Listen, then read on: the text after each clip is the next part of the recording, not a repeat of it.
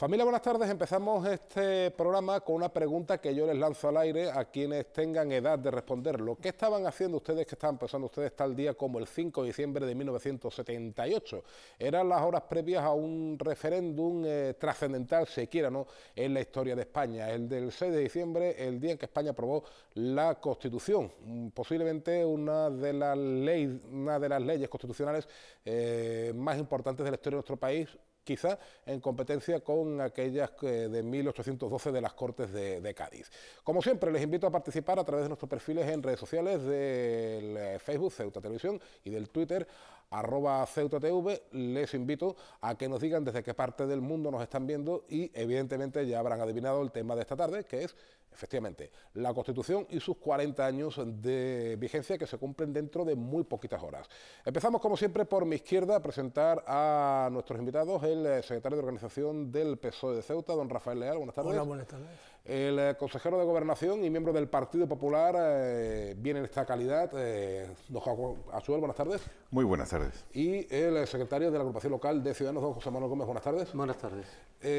Bueno, pues vamos a responder la primera pregunta. Don Rafael, ¿qué estaba haciendo el 5 de diciembre de 1978? ¿Qué estaba haciendo? Pues esperando para votar al día siguiente, el día 6. Yo acababa de llegar a Ceuta. Llegué a 1 de octubre y me casé en noviembre. O sea que para mí ese año es de muchos recuerdos. Y estábamos nerviosos porque, bueno, yo soy de una generación, yo había estudiado en Granada y yo he estado muy comprometido políticamente siempre. Y entonces para nosotros era, pues, no sé, abrirnos a la libertad, abrirnos a Europa, a algo que lo estábamos ansiando desde tiempo atrás, ¿no? Y fue un día, pues muy bueno, muy positivo para mí. Ajá. ¿El 6 de diciembre cómo fue? El 6 de diciembre, no, un día tranquilo, había colas en los colegios, yo recuerdo, ¿no? Porque la participación fue baja en Ceuta en relación al resto de España, bueno, pero más alta, sí, pero más alta que en los procesos electorales que se están sucediendo últimamente, ¿eh? Y además fue aprobada mayoritariamente por cerca del 90... Sí, 87, 88%. Sí, participaron unos 21.000, ¿no?, ceutíes, y el 89 y pico por ciento participaron. Fue un día de gran alegría, porque además es una constitución, bueno, es la que más amplio consenso ha tenido a lo largo de toda la historia, aunque no es la más longeva, porque la más longeva es la de 1876, la de Cánovas del Castillo, ¿no?, la de la Restauración, pero esta sin duda alguna ha sido la que más consenso, más acuerdo ha tenido, aunque finalmente hubo dos abstenciones, que fue por parte del PNV y por parte de Alianza Popular de Fraga. Pero hay que decir que fue una constitución aceptada por todo el pueblo español mayoritariamente. Bueno, ahora entraremos en la valoración de lo que fue la Constitución. Una pregunta para Jacobo Asuel. ¿Qué estaba haciendo el 5 de diciembre de 1978? Pues yo no voté. No voté. No voté por una razón, porque yo en ese entonces estaba estudiando, estaba en Israel precisamente. Me habían dado una beca para estudiar allí, me había marchado. Lo que sí recuerdo es que, como anteriormente había estado en Sevilla también estudiando y me había politizado bastante, porque, claro, voy a parecer un poco el abuelo Cebolleta, ¿no? Pero cuando yo me fui a estudiar a Sevilla, Franco estaba vivo. De hecho, Franco se murió estando yo en Sevilla. Y entonces, los que salíamos de Ceuta, tradicionalmente éramos absolutamente apolíticos, pero no por voluntad propia, sino porque es que no conocíamos ni siquiera que existiera la política. O sea, Franco a nosotros nos tenía en ese aspecto castrados, políticamente castrados. No había ningún tipo de información, educación, ni posibilidad ninguna, no había charlas, no había coloquios, no había nada absolutamente. Y entonces cuando llegué a Sevilla me pasó que descubrí un mundo nuevo y me politicé y me hice muy de izquierdas, porque había que ser muy de izquierdas, porque con 18 años hay que ser muy de izquierdas, ¿eh? Y entonces pues recuerdo que cuando me fui a Israel a estudiar, mi padre me había regalado una radio de estas antiguas, muy antiguas, de estas así de grandes, que tenía onda corta. Sí. Entonces me había hecho una instalación yo en la azotea de donde vivía con unos cables y un tal, y yo escuchaba onda corta España, o sea, radios españolas por onda corta. Y recuerdo estar pegado a la radio escuchando qué era lo que estaba pasando, o sea, cómo iban las votaciones, en fin, cuál era el resultado, en fin, me interesaba muchísimo. Pero me pilló a 5.000 kilómetros de distancia. Por cierto, ¿a 5.000 kilómetros de distancia interesaba aquello o...? En absoluto. En absoluto. En absoluto. Como si quisiéramos pintar la ciudad de... Nada. Además, España no contaba. España no contaba. En el concierto internacional España no contaba. España era un país... recuerdo que los pasaportes en España ponían para todos los países del mundo, excepto Unión Soviética, Mongolia, Checoslovaquia, Austria, es decir, un montón de países. Claro, era un país muy fascista, o sea que estaba prohibido viajar a cualquier país de la órbita comunista y hasta socialista, o sea que entonces España no era considerada en absoluto en ese momento, y mucho menos para Israel, claro. Muchísimo menos para Israel, donde no había ni siquiera relaciones diplomáticas. O sea que España no contaba. José Manuel, 5 de diciembre de 1978. Pues yo lo recuerdo perfectamente porque estaba preparando mi boda. Entonces yo ya había votado por correo, porque estaba destinado en Las Palmas, y recuerdo que me dieron permiso para mi boda, para poder venir a Ceuta, y salí de allí, creo recordar, el 21 de noviembre. Y claro, desde el 22 que llegué a Ceuta hasta el 10 que me casé, 10 de diciembre, 4 días después de la Constitución, pues todo mi tiempo estuvo dedicado a los preparativos de mi boda, no sin dejar de estar al corriente de lo que venía sucediendo en España con la Constitución. Yo ya además lo había seguido mucho más durante la fase previa, que era conforme se iban aprobando títulos, se iban aprobando capítulos en los medios, se iban dando a conocer los acuerdos que iban alcanzando las distintas fuerzas, y creo que eso fue una vivencia en la que nos fuimos poco a poco instruyendo los que vivimos aquellos momentos de la política española. Algunos desde una cierta distancia. Hay que tener en cuenta, como ha dicho Jacob, yo era militar en aquella época, salí de aquí de Ceuta también a la academia entonces de suboficiales en Talar, y ciertamente los que habíamos vivido en Ceuta no teníamos la experiencia política o la vivencia política que, por ejemplo, luego puedes conocer cuando vas a Sevilla, en su caso, cuando vas a Madrid, etcétera, que empiezas a conocer otro tipo de vivencias, y lógicamente fueron momentos que cambiaron la historia de España, ciertamente. Es decir, políticamente, por lo que me decís los tres, Ceuta no... Bueno, la política en Ceuta es que no existía, no había cruzado el estrecho. ¿Cómo? Que la política en Ceuta antes del 6 de diciembre no había cruzado el estrecho. No, bueno, yo es que llegué, lo vuelvo a repetir, ese año precisamente, aprobé las oposiciones, lo mismo que mi mujer, pero qué curioso, ¿no? Que mi mujer, que es de Ceuta, se quedó en Málaga, y yo, que soy de Málaga, me vine a Ceuta. Y al año siguiente ya, pues nos reunimos, ¿no? Entonces, claro, yo además me tuve que ir a Málaga a votar, porque todavía no estaba censado yo aquí. Yo vi por la mañana, porque vi las colas y demás, pero yo me tuve que ir a Málaga, a Churriana más concretamente, que es de donde yo soy. Porque hasta el año 79, hasta las municipales de 1979, sí, yo estaba censado en Málaga. Y a partir de ahí ya voté en Ceuta. Y bueno, pues la Constitución fue recibida con mucha alegría, Y mira que yo estaba, como ha dicho Jacobo, yo estaba muy a la izquierda, muy a la izquierda, O sea, yo los primeros años, yo voté al Partido del Trabajo, se llamaba el PT. O sea que yo voté socialista a partir de 1982, que ya lo hice en Ceuta, y de ahí ya pues siempre he sido socialista. Pero, y yo era de los que le ponía muchas pegas a la Constitución. Pero se ha visto que era muy necesaria. Las negociaciones no fueron tan pacíficas, hubo muchas tensiones. No, claro, sí, yo he dicho que hubo muchas tensiones, por supuesto. Sí, hubo momentos de ruptura. Gregorio Pérez Barba, pues, se salió, ¿no? Por ejemplo, después lo abandonó también el AP, la antigua, la Alianza Popular. Alianza Popular, sí. Y, bueno, finalmente, pues, el Pacto del Mantel le llamaban, porque se reunían en el restaurante madrileño José Luis, se llamaba. Eso ya arregló, encauzó más las negociaciones, y sobre todo hubo dos personajes que hicieron que prácticamente fueron los que redactaron el texto, ¿no? Que es, aparte de los 7 padres de la Constitución, que fue Abril Martorell, que era el vicepresidente del gobierno, y Alfonso Guerra, porque los dos se pusieron de acuerdo y fueron los que realmente encauzaron la negociación.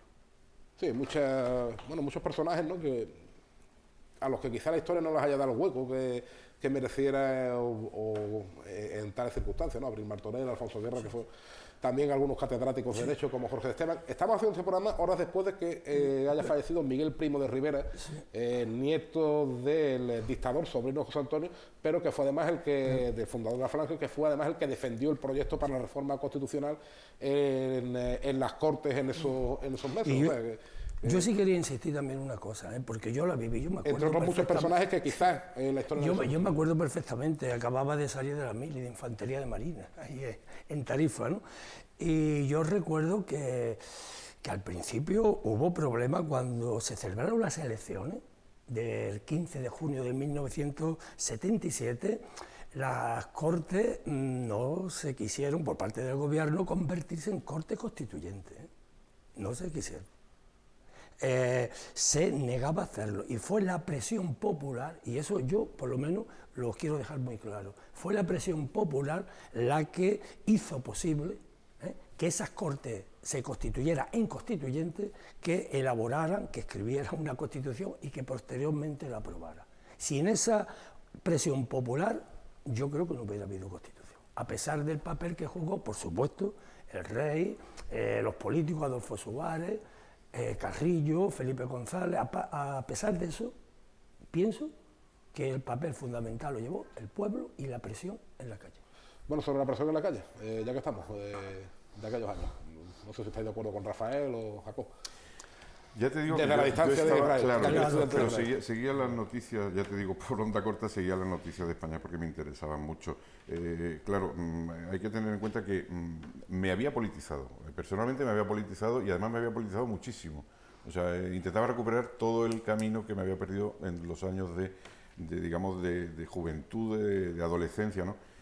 Pero yo recuerdo lo último que me dijo mi padre antes de coger el barco, cuando yo me iba a Sevilla. Lo último que dijo mi padre es: hijo, no te metas en política. Fíjate dónde estoy, donde he terminado, ¿no? Pero no, es que para los padres era una preocupación. O sea, meterse en política significaba probablemente que te metieran en la cárcel, no sé, en fin, que de alguna forma él me cuidaba, intentaba cuidarme. Me dijo: hijo, no te metas en política. Pero claro, yo empecé a estudiar biológica y estaba justo pegado a la Facultad de Filosofía, y los de Filosofía de Sevilla eran... Es que yo era de filosofía. Claro. Y claro, aunque solo fuera por ósmosis, uno ya se planteaba muchas cosas. Por ósmosis es un término también biológico, ¿no?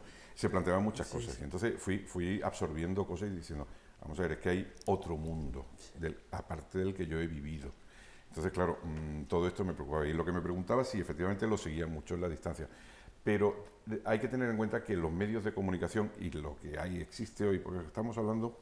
probablemente nos esté viendo muchísimas personas de generaciones que todo esto les está sonando casi a historia, pero a historia del Paleolítico, Paleolítico, cuando la realidad es que está muy cerca, pero no había los medios de comunicación que hay hoy. Entonces, lo que me podía llegar era también muy parcial, era muy cortito, apenas el parte de Radio Nacional que se llamaba, que había cada hora, ¿os acordáis que cada hora cortaba? Todas las emisoras tenían que conectar con Radio Nacional para el parte, porque el parte era las noticias, para los más jóvenes, eran las noticias oficiales. Todas las emisoras tenían que conectar en las horas en punto con Radio Nacional, ¿no? Entonces, claro, todo esto son detalles que creo que ayudarían a comprender lo que tú estabas contando.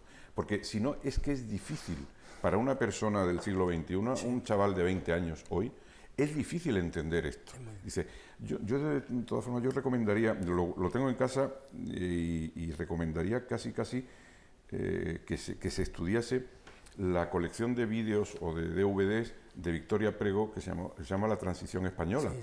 Ahí hace un recorrido histórico, con imágenes incluso y con declaraciones, evidentemente, y además me parece que con un relato histórico bastante correcto, o sea, muy real de lo que pasaba, sin sesgo ninguno político, es decir, está muy bien. Yo creo que los jóvenes deberían ver eso además con mucho interés para llegar a entender qué es lo que estamos ahora, de qué estamos hablando en este momento. Porque claro, cuando yo escucho, bueno, es que hay un montón de gente, más del 50% de la población española, es que no la ha votado. Bueno, bien, vale, de acuerdo, de eso podemos hablar. Pero para saber de lo que no has votado, primero conócelo, y mucha de la Constitución, aparte de leerla, hay que saber en qué contexto se firmó esa y se votó. Porque Rafael no es, o sea, a cualquiera que te esté escuchando, que no seamos nosotros, se habrá sorprendido cuando haya escuchado que ha habido algo en los últimos 40 años que ha suscitado la aprobación del 88% de los votantes. No preguntemos qué, pero alguien dirá, ¿qué es eso que estaban votando estas personas para que casi el 90% de la población haya dicho que sí? Entonces, es que además las circunstancias... un segundito, perdón, Rafael, turno para José Manuel. Sí, bueno, yo, lógicamente, por el estamento al que pertenecía, al ejército, en un momento además bastante difícil, en el ejército, en esos momentos de la transición, yo además pasé 3 años de academia, pero estábamos al corriente de todo lo que iba ocurriendo, se vivían momentos contrapuestos, había momentos, yo recuerdo momentos muy duros cuando se mantuvo Adolfo Suárez en las negociaciones para legalizar el PC y dentro del ejército hubo muchos momentos de tensión. Hay que recordar que parte del ejército, o sea que el ejército venía del franquismo y que era heredero de toda esa formación que tenían. Yo creo que ahí tanto el rey como sobre todo Adolfo Suárez tuvo la certeza de tener a su derecha a un militar que le debemos enormemente el comportamiento del ejército durante ese tiempo, que fue don Manuel Gutiérrez Mellado, que lo conocerán muchos por el 23F, pero no saben lo que hizo ese hombre hasta ese momento, durante toda la transición, en el sentido de poner orden, de poner cordura, de poner quietud en el ejército y permitir que la sociedad civil avanzase en el proceso que dio lugar a la Constitución. Entonces yo creo que eso, yo no lo vi políticamente desde fuera, como lo han vivido ellos, lo viví desde otro ángulo, y creo que también son vivencias que ahora mismo podría transmitir y podría decir a mucha gente joven que la transición es el fruto de muchas renuncias de mucha gente para conseguir que hubiese un mundo mejor para lo que todos queríamos en España. ¿Cierto? ¿Y qué ambiente se respiraba en los cuarteles, en gente, bueno, pues joven en aquella época, bueno, que trabajaban en un estamento netamente franquista, como era el ejército entonces, pero gente quizás de otra generación, más, como decimos, más joven, con otra, supuestamente, con otra apertura de miras? ¿Cómo era el ambiente entre los cuarteles? Yo creo que dentro de los cuarteles, por lo menos lo que yo vivía, ciertamente claro, habían situaciones puntuales, pero yo creo que había un momento de ilusión general.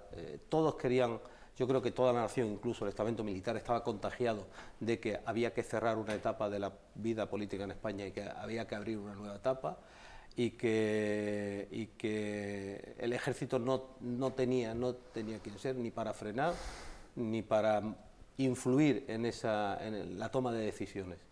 Lógicamente había gente joven que estaba mucho más por esa onda, había gente también, yo tenía compañeros que eran muy franquistas, y les sentaban fatal, o sea, les olía a cuerno quemado.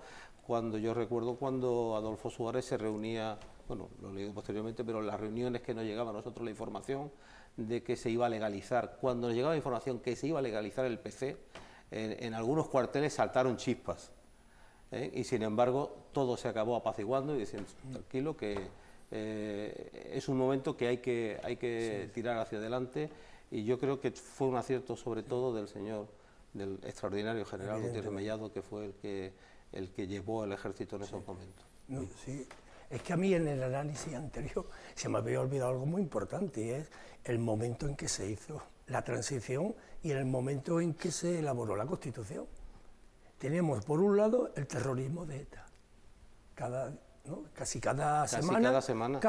Sí, a veces día sí, día también. El Grapo. Y por otro lado, el estamento militar, que hubo muchos intentos de golpe. Y eso es lo que tiene ruido de sable. Los ruidos de sable que se hablaba en la época, ¿no? Y eso lo tiene que saber los jóvenes de hoy en día, ¿no? Que hablan muy alegremente, ¿no? Ese 50, no, o 65% que no votaron. Creo que sí, está tasado en un 60% de la población actual no votó la Constitución. Pero para valorarla debe de saber en qué situación se hizo. Y yo, insisto, yo era muy de izquierda, yo era rupturista, ¿no? Porque en aquella época, no sé si os acordáis, yo creo que sí, ¿no? Que, sí, había los pactistas, rupturistas, en fin. Yo era de eso, pues claro, yo era muy joven, pero yo cada día valoro más el esfuerzo que se hizo, dadas las circunstancias. Si es que, bueno, yo tengo anécdota, que es que yo rompí varios transistores, porque siempre estaba con la radio, siempre. Claro, porque estábamos pendientes del último intento, del último atentado, y por eso yo valoro el esfuerzo que hicieron. Porque además se trataron temas que suscitó mucha discrepancia. El modelo de Estado, república o monarquía. Por ejemplo, el modelo territorial. Imaginad, ¿no? Ahí seguimos. El término de las nacionalidades, la autonomía, el modelo educativo, la abolición de la pena de muerte, todo eso son, no sé, el derecho a la huelga. Yo recuerdo que fueron motivo de mucha discusión y mucha controversia, y a pesar de todo se superó. Y esta Constitución yo creo que reunía los requisitos propios de una democracia bastante avanzada. Ahora bien, el tiempo mejorable, evidentemente, sin olvidarnos de que el contexto europeo tampoco ayudaba mucho, ¿no? Es decir, estamos en años después de la Revolución de los Claveles en Portugal, sí. En Italia ese año se produce uno de los últimos magnicidios, aún por aclarar, ¿verdad?, en suelo europeo. Francia también estaba, o sea, que es que tampoco ayudaba mucho el entorno. No, y en Europa no comprendía, y lo ha dicho. Y salíamos de la crisis del 73, la crisis del petróleo, la guerra del Yom Kippur. ¿No recordáis a Giscard d'Estaing? Fue 73, sí, pero que provocó una grave crisis del petróleo, con una crisis económica tremenda. Esa es una crisis que se nos ha olvidado. A raíz de... claro, todo eso afecta. Esa crisis ahora fue nos tenemos olvidado, pero todo eso claro. Afectó a la economía y a la sociedad que había en ese momento en Europa. Y mucha gente no es consciente de cómo esas cosas influyeron en el devenir de los acontecimientos. Si miras, por ejemplo, Sudamérica en aquellos años es el año en que la Escuela de las Américas plasma su plan macabro, es decir, Pinochet en Chile, la Junta Militar en Argentina, etcétera, etcétera. O sea que no era, quizá ahora con la vista de los 40 años, quizá no era el mejor año para ponerse a construir democracia, cosas de estas. En Bolivia, que había 370 o 400 golpes cada año, ¿no? Pero bueno, es que las democracias occidentales no creían que en España hubiera una democracia. Pasaron varios años, sobre todo yo recuerdo al señor Valéry Giscard d'Estaing, que rechazaba nuestra entrada en la Unión Europea porque no éramos un país democráticamente homologable al resto de Europa, ¿no? O sea que las circunstancias fueron muy complicadas, muy difíciles, y eso es así. En fin, has hablado antes del modelo territorial, vamos a abrir la caja de los truenos. Las ciudades de Ceuta y Melilla podrán constituirse en comunidades autónomas si así lo deciden sus respectivos ayuntamientos mediante acuerdo adoptado por la mayoría absoluta de sus miembros, y eso lo autorizan las Cortes Generales mediante una ley orgánica en los términos previstos en el artículo 144. La famosa disposición transitoria quinta, que sin duda alguna, si de alguna parte del articulado de la Constitución se ha hablado en estos lares, ha sido precisamente de estos 3 renglones y medio que les acabo de leer. ¿En algún momento esto llegará a desarrollarse o nos quedamos como estamos? Probablemente haya que esperar el momento. Haya que esperar el momento. Pero es que la vida va muy deprisa. Sí. Entonces, efectivamente, todo parece indicar que, bueno, que esto en algún momento habría que empezar a cuestionar algo de aquí. Pero no es un tema, pregunto, ¿es un tema que preocupe realmente a la ciudadanía, o su cambio contribuiría a algo que en este momento de lo que en este momento seamos deficitarios? Yo personalmente creo que no, en este momento. Ahora, ¿cuál sería el momento? Bueno, pues el momento sería cuando estuviésemos viviendo una etapa pues, de bonanza, sin nada que le preocupe a la ciudadanía porque esté todo resuelto, pudiésemos dedicarnos a cosas no tan importantes como el paro, la crisis, la energía, la ecología, el medio ambiente. Bueno, pues cuando todo esté solucionado, pues a lo mejor llegará el momento de esto. Pero realmente me da la impresión de que ese momento no va a llegar, porque la propia naturaleza humana es inconformista y va a querer cada vez algo más de lo que tiene. Y creo que esto, en este momento, creo que no es el momento de empezar a cuestionarlo, porque, repito, ¿en qué mejoraría nuestra situación? ¿Es algo semántico? ¿Es algo que estaría escrito de otra forma, pero estaríamos de la misma manera? ¿Cambiar una constitución para esto, con lo que eso conlleva, merece la pena ese esfuerzo? Yo creo que debemos utilizar nuestra energía y nuestro esfuerzo en solucionar los problemas, creo, humildemente, en solucionar los problemas que realmente preocupan a la ciudadanía, que son, creo que, los que acabo de decir. José Manuel. Bueno, yo no estoy totalmente de acuerdo con él. Ceuta tiene un estatuto de ciudad autónoma otorgado con arreglo a la disposición transitoria, que no un estatuto de autonomía, con muchas limitaciones. Somos ahora mismo la única, junto con Melilla, los únicos territorios de España que en este tiempo no ha reformado su estatuto de autonomía. Creo que todas las comunidades han reformado ya su estatuto en algún momento.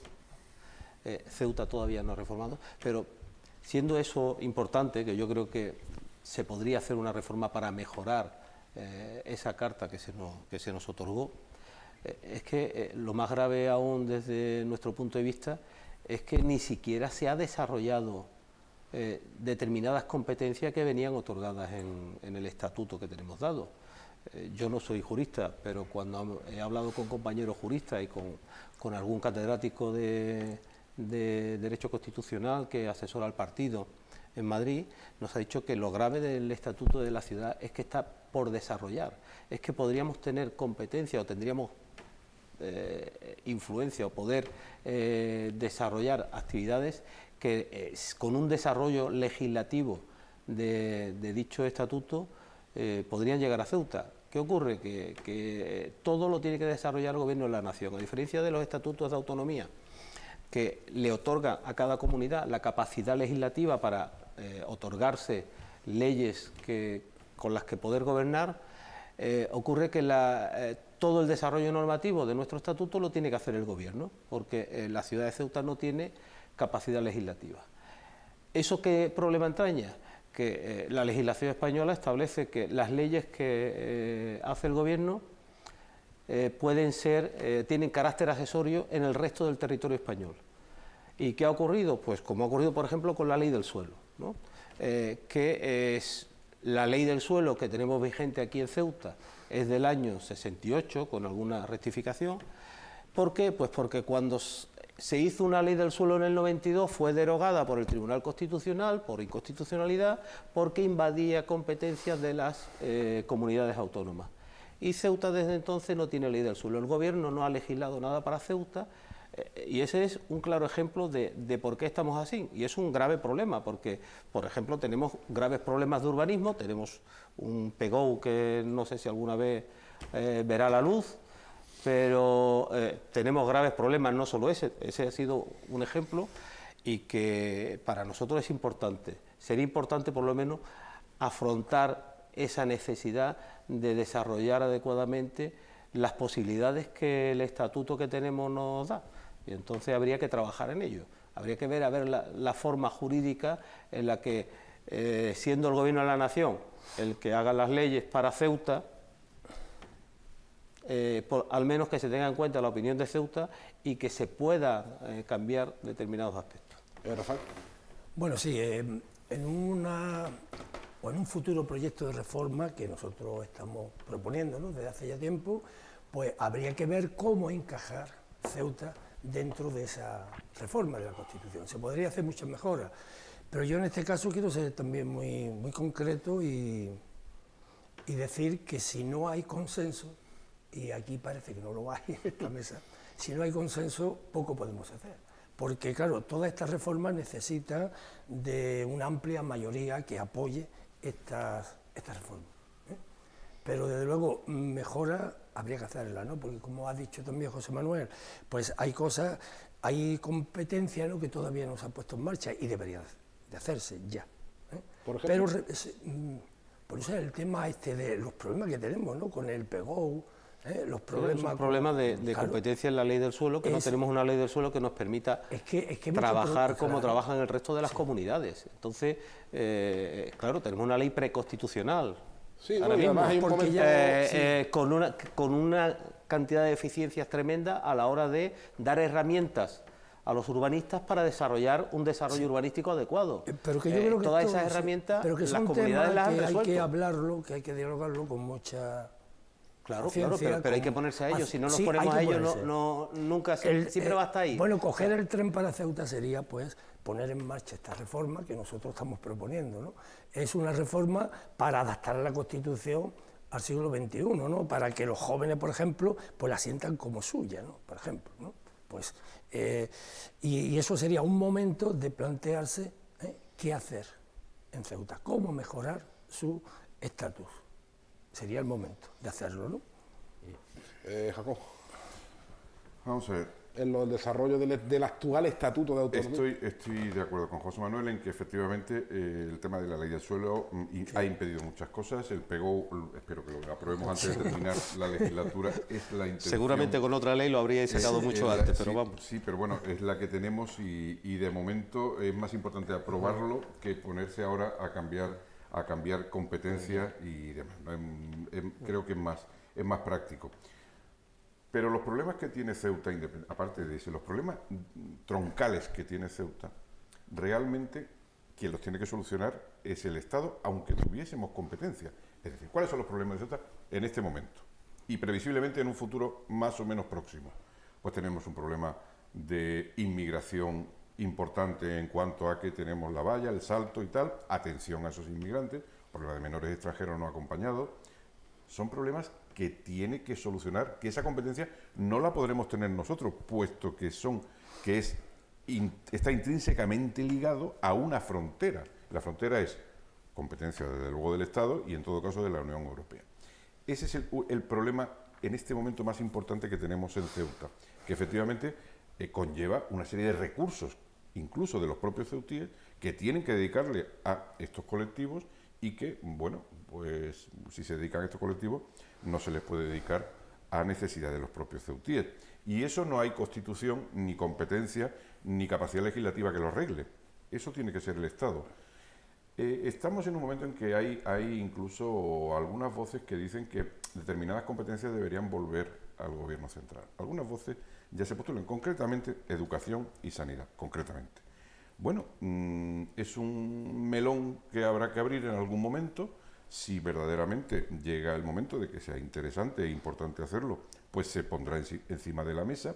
Nosotros no tenemos competencia en educación ni en sanidad, pero vamos a pedir competencia en educación y sanidad cuando se está planteando devolución de competencias, es decir, que el Estado se haga cargo de estas dos competencias concretamente. Puede parecer un contrasentido. Y hago un pequeño paréntesis. Yo no quiero que Ceuta sea distinta al resto del territorio nacional en ningún aspecto. Ni siquiera para poner un muro de 8 o 18 metros. Ni siquiera en ese aspecto. Ni siquiera en el Código Civil para los nacidos o no nacidos o medio pensionistas. No quiero diferencias con el resto del territorio nacional. Pero, ojo, parece un... Es decir, que si la competencia de educación y sanidad, bueno, pues siguen estando en manos de la autonomía, probablemente en una futura cambio de constitución y demás, pues habrá que plantear cómo nos igualamos. Pero si las voces ya se están orientadas hacia el sentido contrario, que no ha dado resultado que las competencias de educación, luego ya veremos qué pasa con Cataluña y todo esto, las competencias de educación hayan estado en manos de las autonomías, no ha dado resultado, no ha mejorado la capacidad formativa de los chicos y las chicas. No ha mejorado de lo que había antes, probablemente la haya empeorado. Entonces, son temas que uno dice, bueno, quiero legislar, quiero tener capacidad legislativa, quiero tener la competencia. Pero ojo, depende en qué. En la ley del suelo, por supuesto. Yo es que no estoy de acuerdo. Bueno, pero si claro, no está de acuerdo, yo me alegro porque si no se nos cae la audiencia. No, porque Rafael. no, en el tema de educación y sanidad, devolver competencia, yo no, en absoluto estamos de acuerdo. Son varias fuerzas las que lo proponen, pero por ahora no son mayoritarias, ¿eh? Yo creo que sí, que ha dado un buen resultado. Yo soy profesor. Llevo 40 años, he estado 40 años, ahora no doy clases, pero he estado 40 años dando clases. Y el nivel de hoy, yo lo siento mucho, pero es muy superior al que teníamos cuando yo llegué a Ceuta en 1978. Yo nada más que digo una cosa, siempre hablo de esto. Por ejemplo, yo estudié en Málaga bachillerato. Málaga tenía 370.000 habitantes y había dos institutos, el masculino, que es donde yo estudié, Nuestra Señora de la Victoria, y el femenino, conocido como Gaona. Yo creo que con ese dato ya se dice todo. ¿Quién estudiaba antes? Es que cuando se habla de que la formación era muy superior, pero por favor, si estudiaba una mínima parte de la población. Si yo era de Churriana, que éramos una población de 7.000 habitantes, y en el instituto había 3 personas, 3 alumnos estudiando. Y yo he visto una mejora total. En Ceuta, cuando yo llegué, el masculino y el femenino, porque lo demás era enseñanza profesional, ¿no? El almina y demás. Yo he visto un progreso bastante grande. Creo que se ha mejorado en sanidad, se ha mejorado en educación. Yo creo que el estado de las autonomías se tiene que defender, porque ha sido un gran logro. Creo que España, nos guste o no nos guste, España es diversa, España es plural. España no es Francia, es que no lo es. Bueno, y en Francia también hay problemas, porque la conozco bastante bien. Si se va a Bretaña o se va, ¿no? Hasta en los mismos Estados Unidos, ¿no? Donde todavía en el sur están con la bandera de los confederados, ¿no? Y a veces renuncian a la suya. Pero bueno, pero el problema de España es que España no es un Estado centralista y unitario, lo quiso imponer Franco, pero en España hay regiones con muchas peculiaridades, con muchas particularidades, y eso hay que reconocerlo, nos guste o no nos guste. Y lo que hay que hacer es respetar esas diferencias y tratar de recomponer el consenso territorial. Eso es lo que hay que Rafael, no me vas a permitir, no, es que no me no, puedo yo quedar también, callado. yo tampoco me puedo quedar callado. Adelante, No. José Manuel, adelante. En este, No, sí, vamos a ver. puedo Es estar que- en es que- minoría, pero No, yo- que esto no es una minoría, no se trata de minoría, se trata de confrontar opiniones. sí. Te voy a apuntar solamente un pequeño dato. Me estás comparando, pregunto, me estás comparando la sociedad actual con Franco. Olvídate ya de Franco, Rafael, no, que se no. murió hace muchos años. No, Es decir, perdona, que tú no me digas estoy que con haciendo eso. Franco había No, dos no, De institutos. uno en uno se lo escucha todo. No, pero yo estoy haciendo una evolución. No, pero cuidado, que cuando alguien dice devolver una competencia, es una competencia o dos competencias, esto no significa recentralizar el país y volver al periodo franquista. Rafael, no, es que eso es un... No, de ninguna manera. La competencia, vamos a ver, la competencia en materia de asuntos exteriores o de defensa está en manos del Estado. ¿Cómo? claro. Hombre, claro. ¿Y por qué no la Eso educación? en cualquier Estado ¿Y por qué, federal. perdone, En cualquier Estado ¿y federal. por qué no una educación? Hombre, claro, ¿por qué no? Vamos a ver, si la educación no ha dado resultados, tú dices, es que hoy estamos mucho mejor que cuando yo estaba en el instituto. Hombre, Rafael, Y mucho yo mejor no me que compares, hace 10, pero no, hombre, 10, no, yo 15 ya de esa época ya ni hablo. Rafael, porque no es comparable, es que no podemos comparar esta época con esa. Hay que comparar nuestros chicos con los de fuera y con otros modelos. Con eso es lo que hay que comparar. Tú dices, es que hoy son brillantes. Algunos son brillantes, a otros no son tan brillantes y sin embargo van ahí y nuestro nivel académico, Rafael, Se dice que la generación más formada. Pues mira, algunos se está sonriendo. Algún adulto se está sonriendo porque los datos no indican precisamente eso. Más formada porque los avances les han colocado en una mayor formación, pero no porque sean más competitivos, excepto casos, por supuesto que los hay.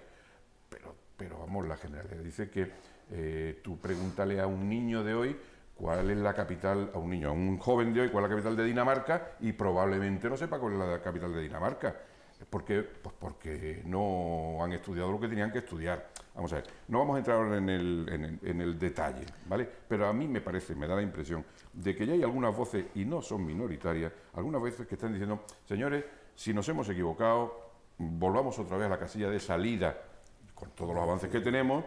Luego eso no significa volver al periodo franquista, Rafael, por amor de Dios. Nadie está planteando No he eso. dicho volver a Francia, pero sí a los volver institutos, a un estado yo creo que- centralizado. a los institutos de A un niños y estado niñas. La verdad, centralizado, no se pueden comparar periodos históricos distintos, y ahora, como dice Jacob, si nos tenemos que comparar, nos tenemos que comparar con nuestros semejantes, con lo que ocurre en Francia, en Dinamarca, en Holanda, en Italia, en Noruega, en nuestro entorno. Y ahí, cada vez que hay estudios internacionales en el nivel en el que estamos, pues desgraciadamente acabamos saliendo en la cola.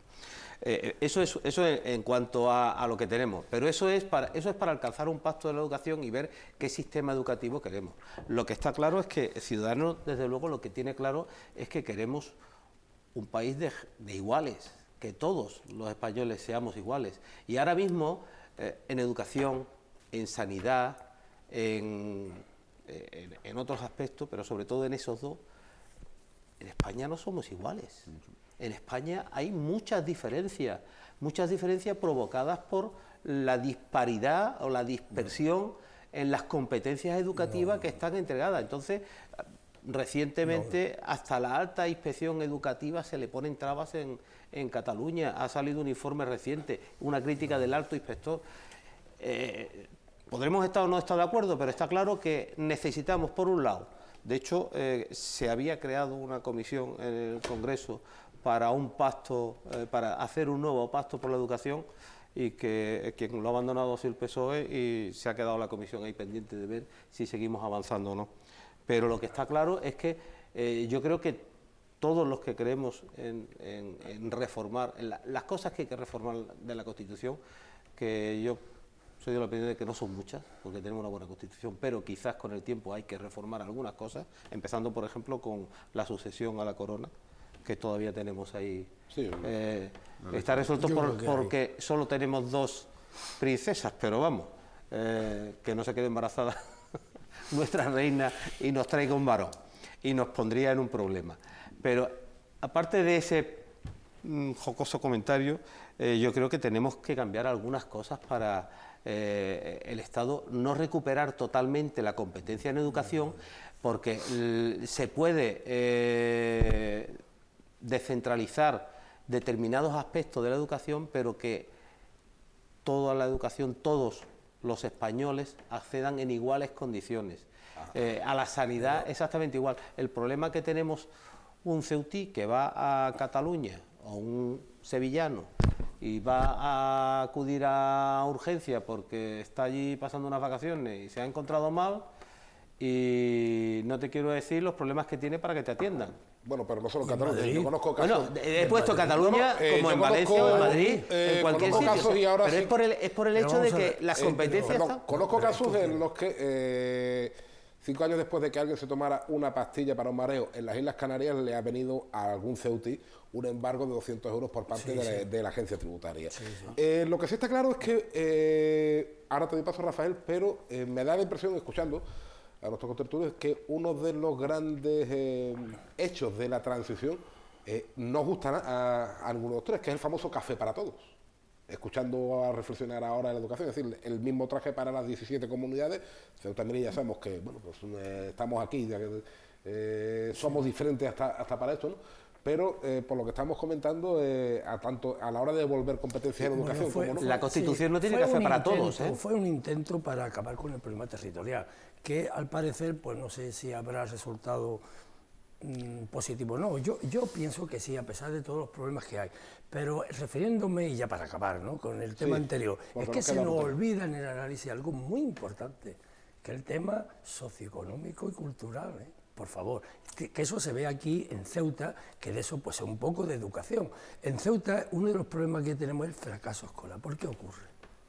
Bueno, ¿Por qué ocurre? Es por el nivel socioeconómico y cultural. Y es lo mismo, claro, nos queremos comparar con Dinamarca, nos queremos comparar con Francia. Claro, Francia llevan ya 240 40 años, ¿no? O desde la Revolución Francesa de 1789 en democracia. Es que eso es muy complicado, ¿no? Pero bueno, volviendo al tema ese bueno, se hizo esto de darle autonomía a toda la que yo creo que ha resultado positivo, yo por lo menos creo en el Estado autonómico. Eso se hizo para que hubiera más igualdad territorial y sobre todo pues para acabar con ese problema que existía. ¿Café para todos? No, sin lugar a dudas, yo estoy completamente de acuerdo con Rafael en este aspecto. El estado de la autonomía no solamente ha sido positivo, sino que es que creo que debe seguir siendo positivo. Sí, sí. Debe seguir así, o sea, es decir, no lo cambiemos, porque ha sido un modelo de Estado idóneo para España, no, pero probablemente no sea exportable, ni nosotros podamos importar otro modelo. Este es el nuestro y ha dado muy buenos resultados. Pero hay determinadas parcelas, por eso te decía, Rafael, lo de romper el estado de la autonomía, recentralizar, mira, eso dejémoselo a Vox, que no está aquí, pero dejémoselo a Vox, que es lo que ellos quieren y tal.Nosotros no estamos en esa línea, creo que ninguno de los que estamos aquí, evidentemente. No, ninguno de los que estamos aquí estamos en el esa línea. Congreso de los Diputados se están proponiendo cosas que a mí me asustan. Pero no respecto del estado de las autonomías, se están proponiendo otro tipo de cosas. Sí, en el tema de educativo, por ejemplo. Pero es que el tema educativo ha demostrado no ser eficaz en España. Probablemente, oye, si de todo lo que hemos hecho nos hemos equivocado en una competencia o en dos competencias, no pasa nada. Podemos dar marcha atrás y volver a empezar. Que no, para es eso mejorable, estamos. pero... Sí, pero es que para mejorarlo hay que cambiarlo. Para mejorarlo hay que cambiarlo. Yo creo que faltan muchos recursos. No es cuestión de dinero. Dejemos el tema educativo para otra ocasión. Parece que estáis de acuerdo en que la Constitución dijo café para todos, pero eso no es cierto. No, es que la Constitución no dijo café para todos. La Constitución dijo un tipo de café para uno y igual a chicoria para otros. Lo que pasa es que luego el desarrollo y el devenir de los acontecimientos ha ido cambiando esas cosas, pero la Constitución inicialmente, cuando se inició, solamente querían autonomías, lo que se llamaban las cuatro históricas. Bueno, Andalucía se lo ganó a pulso con una gran manifestación, porque Andalucía ni siquiera iba a estar en el 151, y lo recordarás. O sea, yo perfectamente. Entonces se hizo esas dos vías para las históricas, para las no históricas, con distintos niveles, alcanzar distintos niveles competenciales. ¿Qué ocurrió? Que en el desarrollo autonómico, pues al final se han ido igualando. Se han ido dando competencias a las del 143, que para irlas igualando a las del 151, y al final casi hemos llegado a un café para todos. Y digo casi porque aún así no estamos en ese café para todos. Y nosotros opinamos que en una sociedad moderna, en una democracia moderna, es esencial que todas las partes sean tratadas con igualdad. Y ahora mismo nosotros consideramos que la Constitución, en dos aspectos de la autonomía, que no estamos en contra, o sea que para nosotros el sistema de las autonomías es estupendo, pero que es mejorable, creemos que es mejorable, sobre todo en dos aspectos esenciales. En los aspectos del cupo vasco y el cupo navarro, el foro... creo que es el cupo navarro, ¿no? que son profundamente, a ver si me sale la expresión, desiguales con el resto. Ahora mismo el País Vasco es la segunda autonomía en renta per cápita, la segunda autonomía más rica de España, y sin embargo tiene un ingresos netos por parte del Estado. En vez de aportar dinero al Estado, recibe dinero del Estado. Eso no es normal, eso crea desigualdad. Y entonces son cosas que hay que mejorarlas. No decimos que no tengan determinados aspectos autonómicos, pero hay que ver cómo participa con el resto del Estado de una forma igualitaria en los servicios públicos que se presta, en defensa, en seguridad, en asuntos exteriores, en cosas que son comunes. Es que ahora mismo hay comunidades que no aportan y reciben del Estado, y son de las más ricas del Estado. Luego, estas son cosas que son manifiestamente mejorables y que si se llegan a los consensos necesarios, se podrán modificar estos puntos sin que tenga que quebrar el Estado de las autonomías, que desde luego ha prestado un buen servicio al país, pero no podemos cerrarnos a mantenerlos en la misma situación en la que nos encontramos ahora mismo. Bueno, nos quedan apenas 10 minutos y yo quisiera convertir en pregunta algo que fue consigna aquellos años. ¿España mañana será republicana? ¿Quiere que empiece? Buena pregunta. Empiezo. Sí, Pues- sí, no tengo ningún inconveniente. En esto lo tengo total y absolutamente claro después de 62 años que tengo ya. O sea que todo esto es producto de una meditación. Mira, vamos a ver. Cuando uno dice, es que yo quiero elegir, hombre, claro, yo, y cualquiera quiere elegir. ¿Quién va a decir que no quiere elegir? Pero hay una realidad en nuestro entorno. No nos vamos a ir a otros más lejanos. En nuestro entorno hay países que son repúblicas y funcionan bien, y cuando han sido monarquías ha corrido la sangre. Hay países que son monarquías y funcionan fantásticamente bien, y cuando han hecho algún intento de república no les ha dado resultado. Tenemos Francia, tenemos Inglaterra, tenemos Dinamarca, Suecia, Noruega, Italia, repúblicas y en ambos sentidos.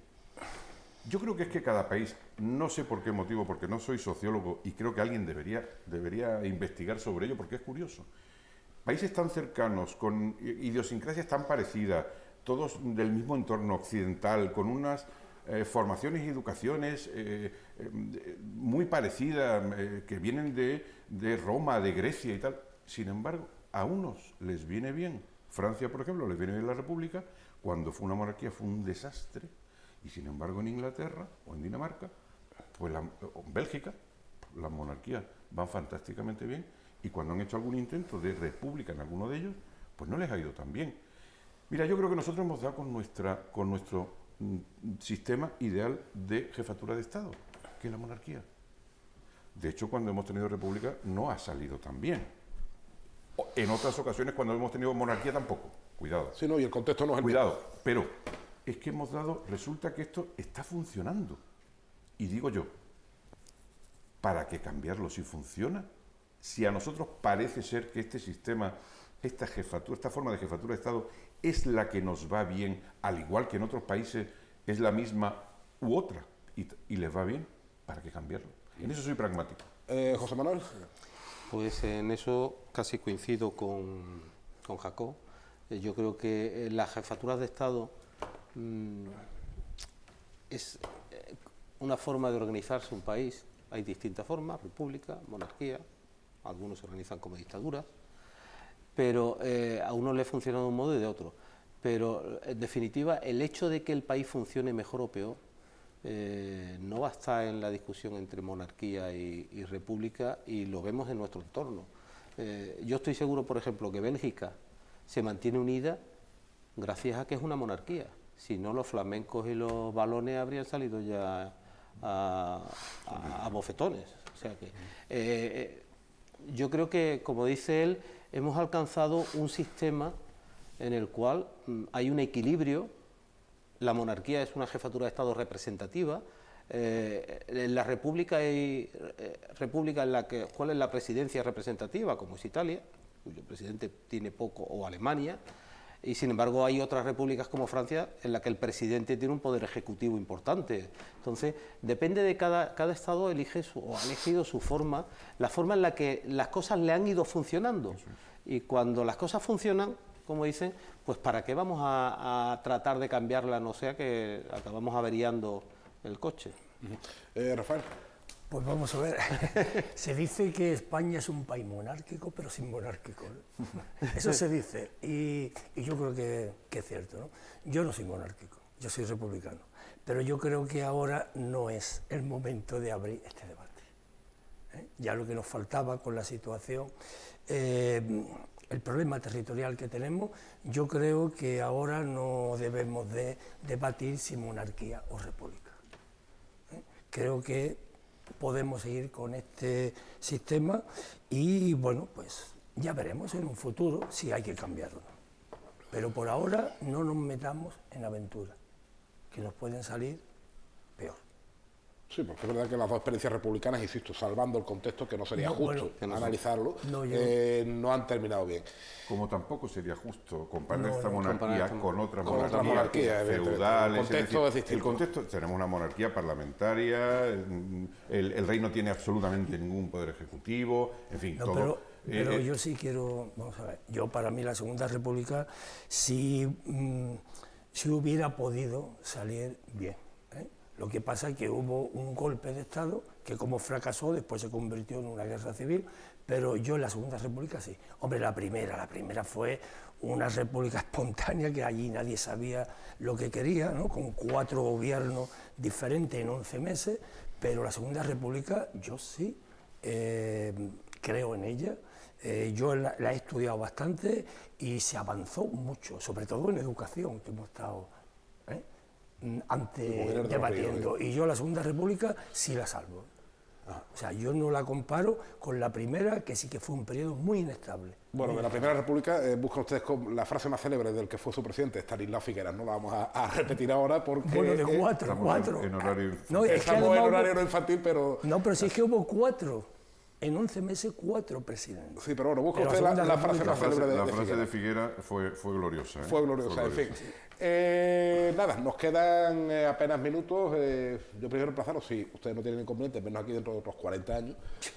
Yo estaré encantado. Yo porque encantado. Y en cualquier caso, bueno, pues... es imposible. Coincidimos todos en que ha merecido la pena. Sí, ha merecido. Sí, brevemente, por favor.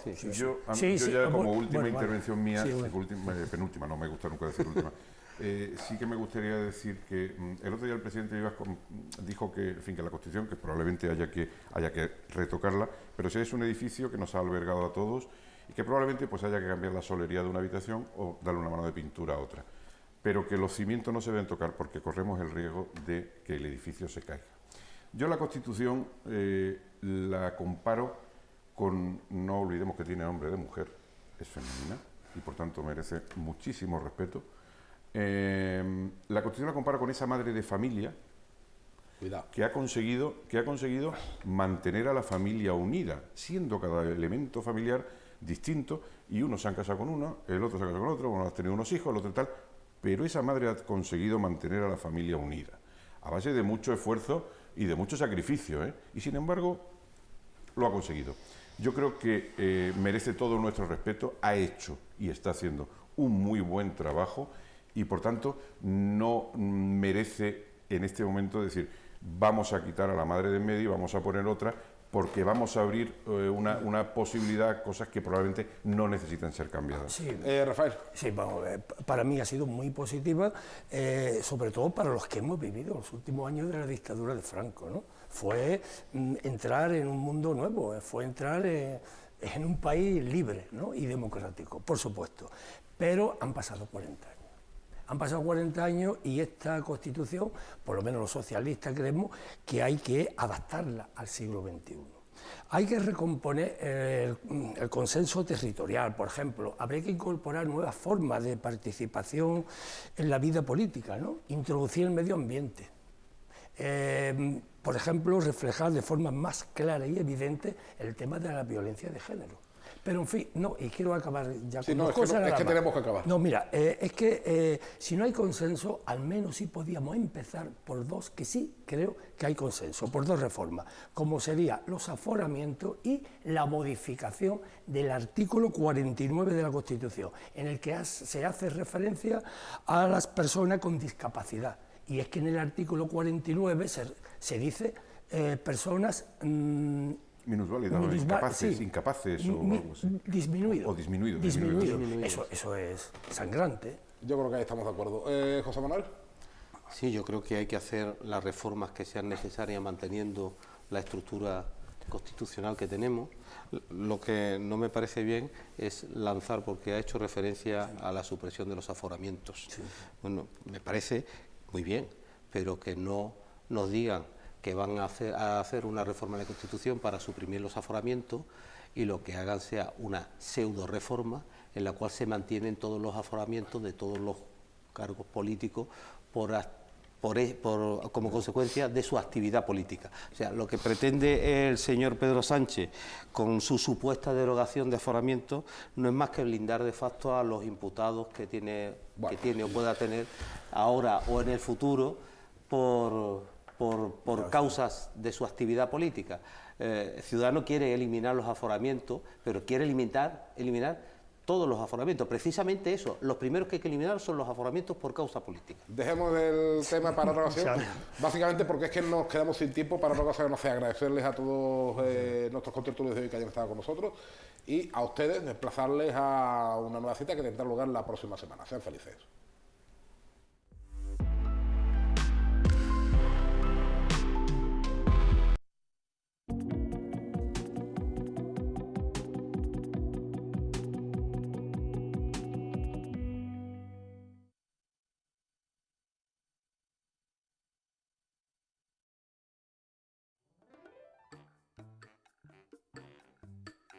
Gracias.